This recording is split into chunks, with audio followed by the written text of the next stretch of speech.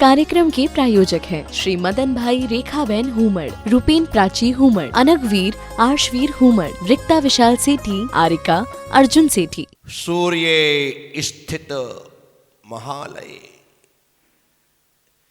विश्वेश्वराय धर्माय भारताय च चक्रणे।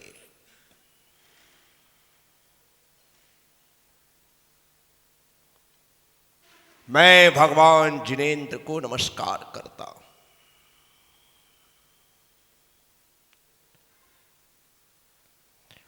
उन परम पिता परमात्मा को नमस्कार करता हूं जिन्हें आज के दिन प्रथम चक्रवर्ती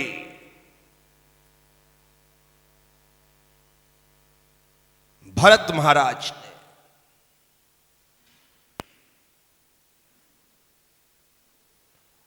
अपने महल की छत पर खड़े होकर सूर्य स्थित महालय सूर्य में स्थित उन जिन बिंबों को अपनी अपलक दृष्टि से नमस्कार किया था। 365 दिनों में आज का दिन ऐसा दिन है कि सूर्य धरती के सबसे निकट होता है। सूर्य धरती से निकट होता है और उस सूर्य में जो जिन बिंब विराजमान हैं उनके दर्शन चक्रवर्ती अपनी नंगी आंखों से करता है।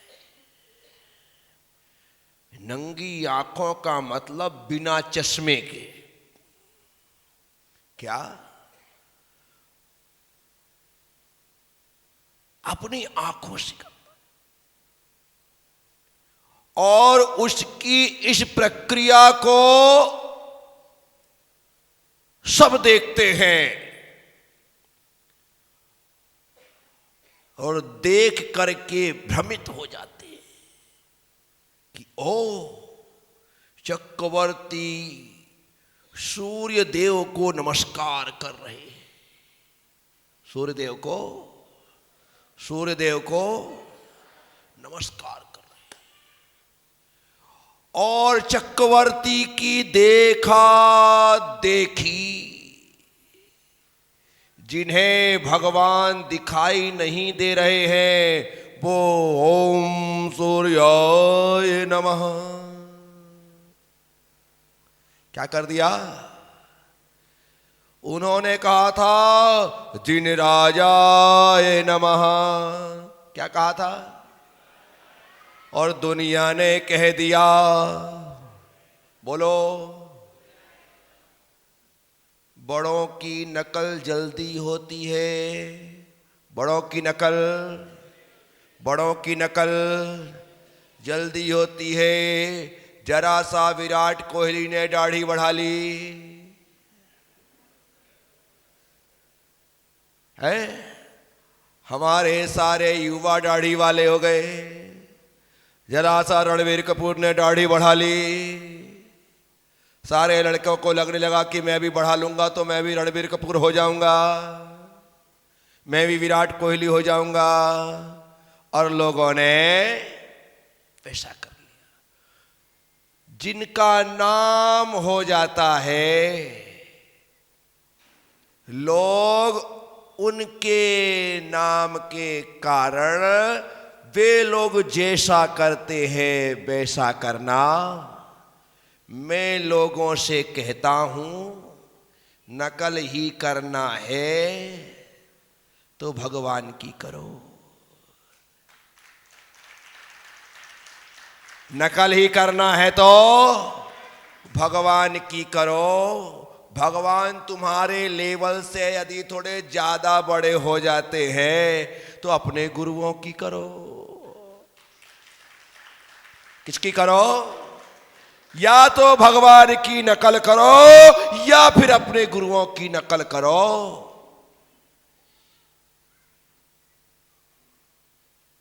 इसीलिए नकल ही करना है। तो इस संबंध में एक छोटी सी कहानी है ब्रह्म गुलाल मुनि की। किसकी? बोलो। ब्रह्म गुलाल मुनि। बोलो, सब बोलो। ब्रह्म गुलाल मुनि की कहानी है, बड़ी प्यारी कहानी है, बड़ी सुंदर कहानी है। ब्रह्म गुलाल जब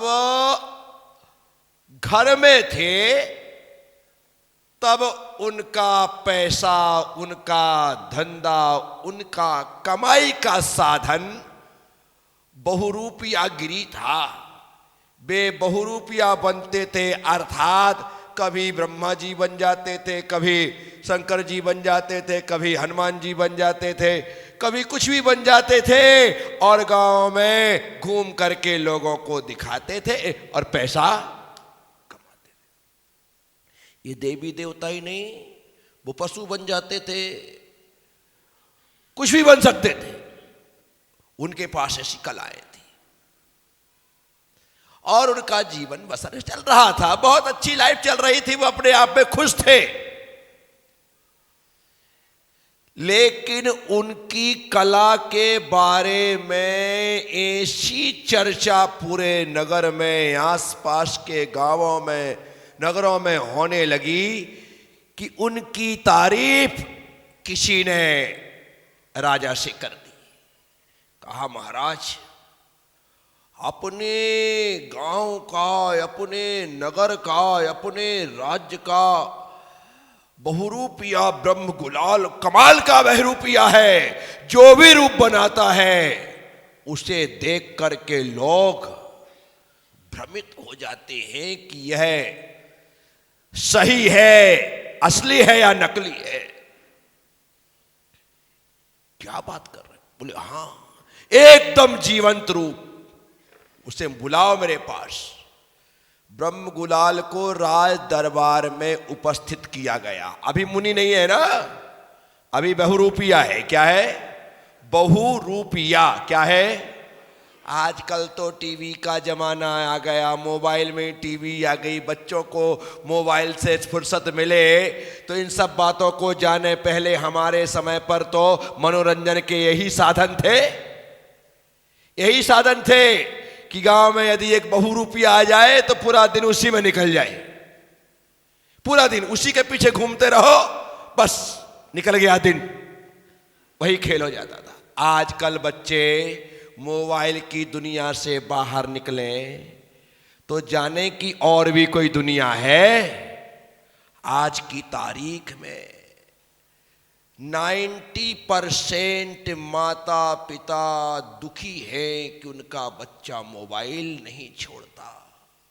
90%। और 100% बच्चे इसलिए बिगड़े हैं क्योंकि माता पिता मोबाइल नहीं छोड़ते।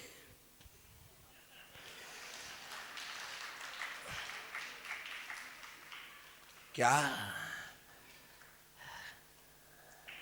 90% माँ बाप इसलिए दुखी है क्योंकि उनके बच्चे मोबाइल नहीं छोड़ते, और 100% बच्चे इसलिए बिगड़े हैं क्योंकि उनके माँ बाप मोबाइल नहीं छोड़ते। क्योंकि उन्हें लगता है दुनिया में यदि कोई सबसे अच्छी चीज है तो वह मोबाइल है। इसीलिए तो मम्मी मुझसे बात नहीं करती, मोबाइल चलाती है। पापा मुझसे बात नहीं करते, मोबाइल चलाते हैं। यदि घर में आते ही मोबाइल को एक मोबाइल स्टैंड बना करके टांग दिया जाए, जैसे चाबी टांग देते हो, जूते एक तरफ रख देते हो, वैसे मोबाइल रख दिए जाएं बराबर तरीके से। सबके अपने अपने मोबाइल एक स्थान पर रख दिए जाएं और पूरा परिवार आपस में बैठ करके हंसे, मुस्कुराए, खेले, सब कुछ करे, तो तुम्हारे बच्चे को मोबाइल की वो जरूरत इसलिए पड़ रही है क्योंकि उसके साथ कोई खेलने वाला बच्चों का तो सिर्फ ध्यान डाइवर्ट करना पड़ता है। तुम्हारे लिए मोबाइल काम का हो सकता है, बच्चों के लिए मोबाइल सिर्फ खिलौना है। क्या है? सिर्फ खिलौना है। उन्हें तो खेलना है, चाहे उसमें वीडियो देखे, चाहे कुछ भी गेम खेले, कुछ भी करे, उनको तो सिर्फ टाइम पास करना है थोड़ी देर। लेकिन आप विचार करो कितना स्क्रीन टाइम है। आप घंटे, 2 घंटे, 3 घंटे, 4 घंटे, 6 घंटे जो लोग मोबाइल में गेम खेल रहे हैं, उन लोगों को देखना 8-8, 10-10 घंटे उनका स्क्रीन में निकल जाता है। ना जाने कौन सा लेवल बढ़ाना चाहते, ना जाने क्या करना चाहते हैं, पूरा समय उसमें दे दिया। आपकी आंख का क्या होगा, आपके कान का क्या होगा, आपके दिमाग का क्या होगा, आपके हार्ट का क्या होगा? विचार तो करो। इसीलिए जिस माता पिता को अपने बच्चों से मोबाइल छुड़ाना है या मोबाइल से दूर रखना है, वे बच्चों के साथ जब रहे तो मोबाइल दूर करके रहे। अपने आप तुम्हारे बच्चे का मोबाइल छूट जाएगा। आप रख दो, वो मांगने वाला आपको कहना पड़ेगा बेटा मोबाइल तो ओनली एक दूसरे से कनेक्ट रहने के लिए होता है, टच में रहने के लिए होता है कि मैं बाहर गया हूं, मैं ठीक हूं, कहां हूं, किस प्रकार से, मम्मी को कोई काम पड़ जाए इसलिए है। घर आ गए तो मम्मी यहीं, मैं यहीं, तुम यहीं, अब मोबाइल की जरूरत क्या है, इसे रख दो। जिस दिन ये बात तुम्हें समझ में आ जाएगी, बच्चों से कुछ कहने की जरूरत, बोलो ना, तो आज से करना है ऐसा। एक बार तो घर में सभी लोगों के मोबाइल रखने का स्टैंड बना करके देखो, एक स्थान।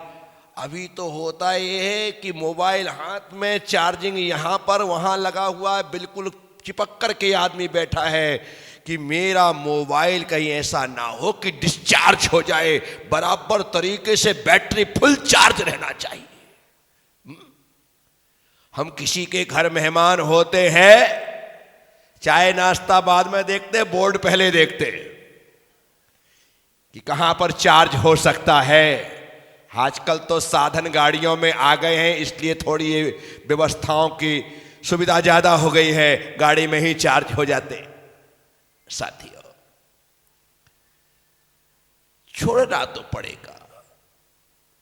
जिस तरीके से बीड़ी, सिगरेट, गुटखा, तंबाकू, शराब छोड़ने जैसी है, उसी तरह से मोबाइल भी छोड़ने जैसा है। क्योंकि मोबाइल आज की तारीख में हर व्यक्ति का व्यसन बन गया है। क्या बन गया है? इसलिए 7 व्यसन में एक 8वां व्यसन मोबाइल और जोड़ना पड़ेगा। एक और जोड़ना पड़ेगा, उसमें लगाना पड़ेगा कि ये भी व्यसन है। जरूरत थी वहां तक तो समझ में आता है। वो गीत में हमारे जमाने में चलता था, दुनिया बनाने वाले काहे को तूने दुनिया बनाई, क्या तेरे मन में समाई। तो मुझे लगता है अब गीत चेंज कर देना चाहिए, मोबाइल बनाने वाले क्या तेरे मन में समाई तूने।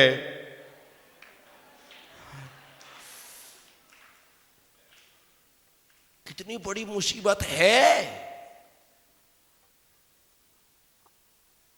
अच्छा तो कम हुआ है, बुरा ज्यादा हुआ है।